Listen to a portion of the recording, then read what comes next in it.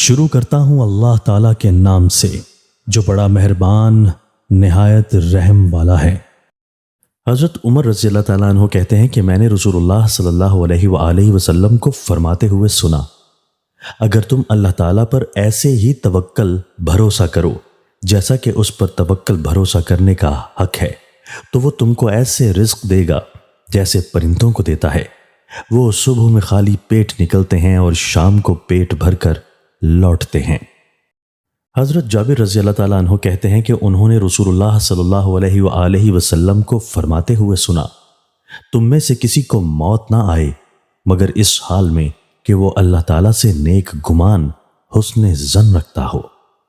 حضرت عبداللہ بن عمرو بن العاص رضی اللہ تعالیٰ عنہ کہتے ہیں کہ رسول اللہ صلی اللہ علیہ وآلہ وسلم ہمارے پاس سے گزرے، اس وقت ہم اپنی ایک جھونپڑی درست کر رہے تھے۔ آپ صلی اللہ علیہ وآلہ وسلم نے سوال کیا، یہ کیا ہے؟ میں نے کہا، یہ ہماری جھونپڑی ہے، ہم اس کو درست کر رہے ہیں۔ رسول اللہ صلی اللہ علیہ وآلہ وسلم نے فرمایا، میرے خیال میں موت اس سے بھی جلد آ سکتی ہے۔ حضرت ابو ایوب رضی اللہ تعالیٰ عنہ کہتے ہیں کہ ایک آدمی نبی اکرم صلی اللہ علیہ وآلہ وسلم کے پاس آیا، آ کر کہا، اللہ کے رسول مجھے کچھ بتائیے اور مختصر نصیحت کیجیے۔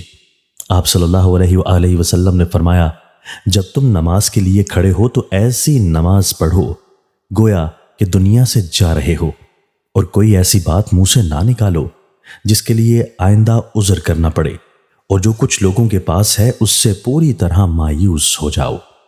حضرت ابو ہریرہ رضی اللہ تعالیٰ عنہ کہتے ہیں کہ نبی اکرم صلی اللہ علیہ وآلہ وسلم نے فرمایا، طاقتور مومن اللہ تعالیٰ کے نزدیک کمزور و ناتواں مومن سے زیادہ بہتر اور پسندیدہ ہے، اور ہر ایک میں بھلائی ہے۔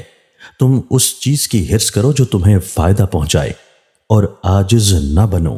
اگر مغلوب ہو جاؤ تو کہو اللہ تعالیٰ کی تقدیر ہے، جو اس نے چاہا کیا، اور لفظ اگر مگر سے گریز کرو، کیونکہ اگر مگر شیطان کے کام کا دروازہ کھولتا ہے۔